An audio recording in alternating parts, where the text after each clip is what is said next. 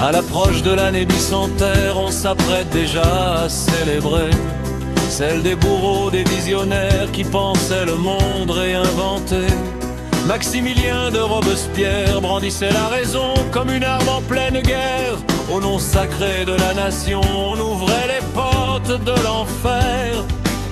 Un vent de panique, un chant patriotique, des milliers de sans-culottes pris dans l'élan fanatique. Voulais-tu jouer avec la mort, la rendre presque sympathique, quand le sang coulait encore sur une musique enfantine, tragique, composée par Claude-Joseph Rouget de Lille. Un soir d'ardeur et de fièvre, pendant que l'histoire vacille sous le poids des rêves trop sévères.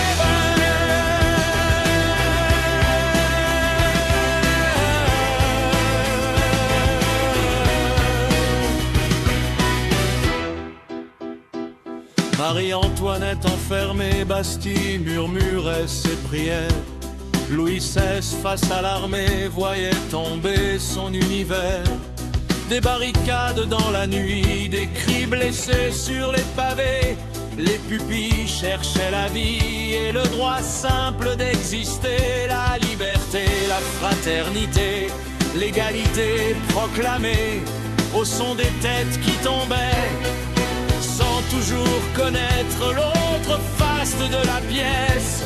Quand la justice s'entête, elle peut devenir faiblesse. Mais leur dire égalité, fraternité, ce ne sont pas des mots gravés, mais des vies à protéger.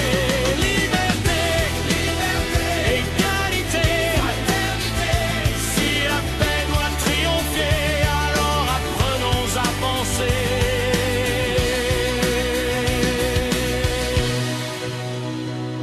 Un monde échange des millions d'opinions, mais oublie parfois l'essentiel.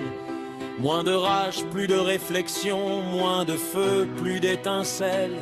Être libre, c'est respecter même celui qu'on ne comprend pas.